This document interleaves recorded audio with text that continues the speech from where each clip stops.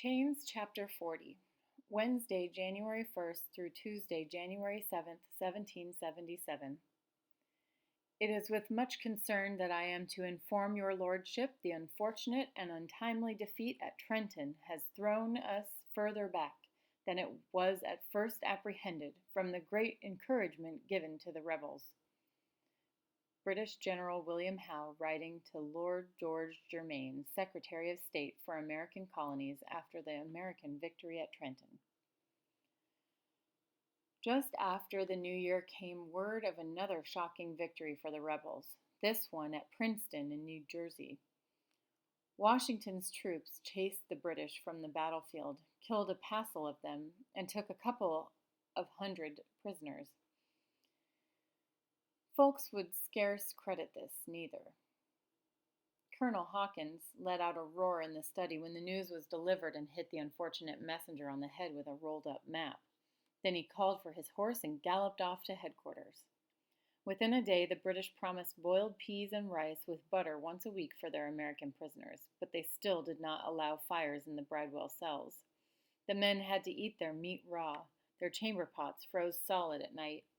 The master's trip to London was moved up so that he could deliver news of the setbacks to the Parliament and King. Madame had finally accommodated herself to the notion of his voyage and had found a way to turn it to her advantage. Whilst we prepared Lockton's clothes for the journey, she wrote out long lists of items she wanted him to buy in England. I kept to the kitchen and cellar and woodpile when she was awake, but made my trips up island each day before dawn, looking over my shoulder at every sound, choosing a different path daily. The constant worry ate a hole in my belly. Curzon was stronger and told me not to fret, for he was not coughing up blood and his bowels were in fine working order. But he always asked me to come back on the morrow. The day of the master's departure, I roused myself extra early on account of I feared Madame might do the same. I deposited stale rolls and burnt hunks of pork on the windowsill of Curzon's cell, then crossed the commons on my way to the pump. There were a few folk out on their own early morning errands, all bundled in cloaks and blanket coats and shawls and scarves wrapped high. "You there!" a loud voice called out. Everyone stopped to look. "You there, girl!" Oh no. A British soldier hurried toward me. I relaxed some when I saw his face. It was the mountain-sized guard who had let me visit Curzon's cell when he was first imprisoned, the one who liked to eat. "Haven't seen you round," he said as he neared me.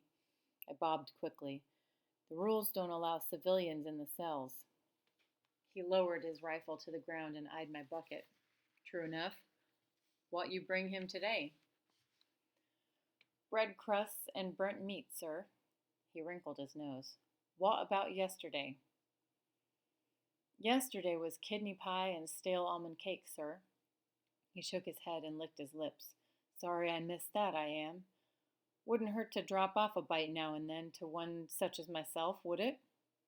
"No, sir," I answered. "I shall remember that." He tilted his head to the side. "Your master ever hire you out?" 'Twas common in those days for folks to hire out their slaves to make money. The slaves did not see the money, of course. But if I had the chance to work away from the prying eyes of Madame, I'd be grateful for it. "Yes, sir," I lied. "We need a maid to clean out the cells. Dying men do puke out some terrible things, they do. You're a steadfast girl. Tell your mistress we'd pay her the going rate for your services." "I shall tell her, sir." He shouldered his rifle. "I'm on the night watch now. The name is Fisher. Bring me round some cake and I'll keep an eye on your brother." "Thank you, Mr. Fisher, sir." "I shall. No kidney pie, though. Kidneys sour my guts something terrible." The master left for London with much muttering on the part of his wife. She did not take to her bed as I expected, but was driven round to the home of Mrs. Taylor to play cards and no doubt complain about her husband. While she was gone, Sarah birthed her baby boy in the cellar. I was sore tempted to sneak down the stairs and watch. I'd seen kittens and calves come into the world, but not babies. I had a powerful curiosity about it, but I dared not. I kept water boiling for the midwife and stuck cloth in my ears to keep out the noise. When Sarah stopped hollering, I crept down the stairs to see the babe. He was a round-headed fat fellow with big eyes and bigger ears. George, Sarah called him. You named him after the king? Hannah asked. Perhaps, Sarah said cheerfully. We never figured the colonists would hold on this long. My man was saying the other night that maybe the king should stop the war. Maybe the babe and us might stay here, not sail home. Plenty of room here, he said. She kissed the baby's nose.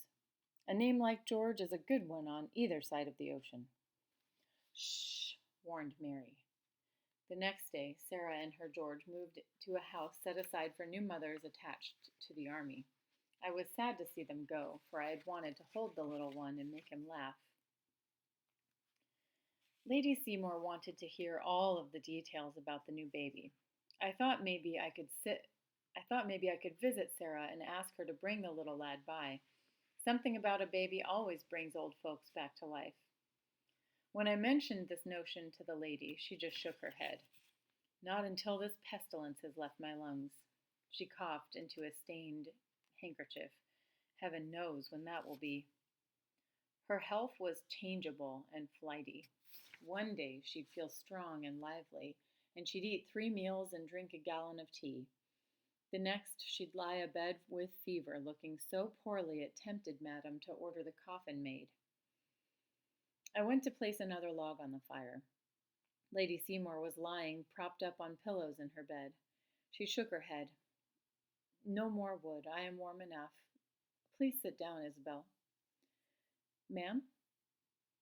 I would like you to sit down, either in the chair or on the edge of the bed. I should like to talk to you.